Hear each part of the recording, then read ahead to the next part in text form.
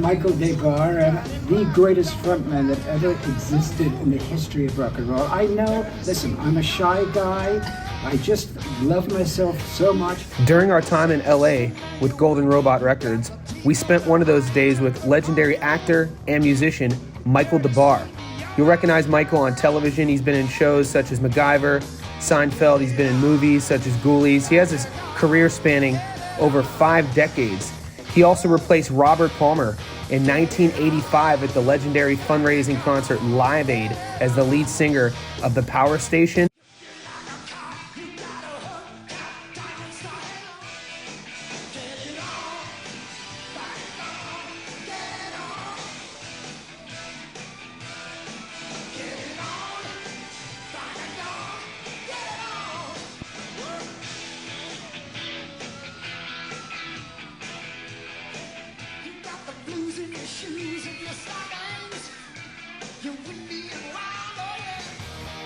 He was also the lead singer of the band Detective that was signed to Swan Song Records by legendary musician Jimmy Page. I would love to have done it. I know why you did it.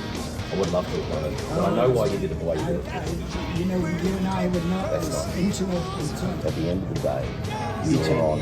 No, you could type that over that time. You were on the front, which is brilliant. But your best mate is someone that I've loved my whole life, Don Johnson.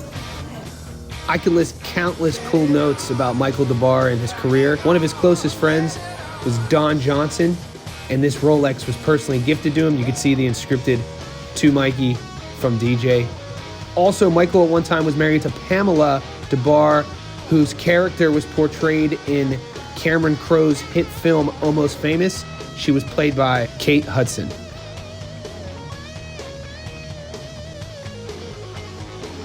The first part of our day was spent at the SLS Beverly Hills having lunch. Mark Alexander Erber, the CEO of Golden Robot Records, sat down with Michael to discuss future projects together.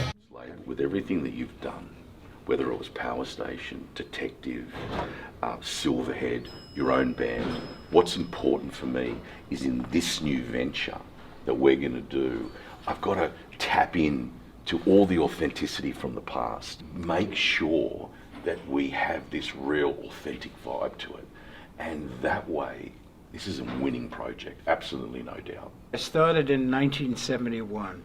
When I saw Rod Stewart at the Queen Elizabeth Hall, and I was like 20 years old, I was a little actor, you know, I just fell in love, not with the idea of being a star or anything like it. I fell in love with the rhythm of rock and roll music. Yeah. That became in my blood, and every band since that I've been in, and I've been fortunate to be in a lot of bands, you don't need an audience to be confident because you love in what you're doing. Whether there's 80,000 people like there were at that stadium doing live, when I did Live Aid and 2 billion people watching it on telly, you're not doing it for that, you're doing it for the love of that rock and roll music. My aim, and I know this is a very lofty thing, but my aim is to bring that music in a real sense, not in a comedic sense or in some sort of cinematic sense, but bring that funky Muddy Waters, Little Richard, Elvis, those T-Rexy. people, T-Rex, you know, and Bowie, and all of the iconic artists that like stood for something and had a persona that was real, even though they'd contrived it. It's a tremendous equation, you know, rock and roll, and presenting it in such a way where you can get off and enjoy yourself and love each other. If you look at it, the story, the journey of rock and roll, starting in the 50s with Elvis and Chuck Berry and Little Richard and Bo Diddley and Buddy Holly, you look at all those artists are the same people that are influencing young people today. 100%. Because today's music is a feeling. It's not whether you use strings or something. I've always said rock and roll's heart beats below your waist.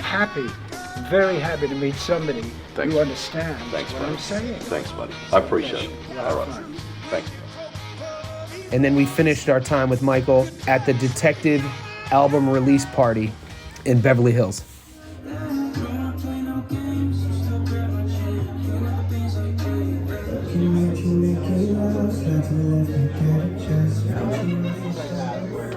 And there's probably like Andrew to be able to focus on that.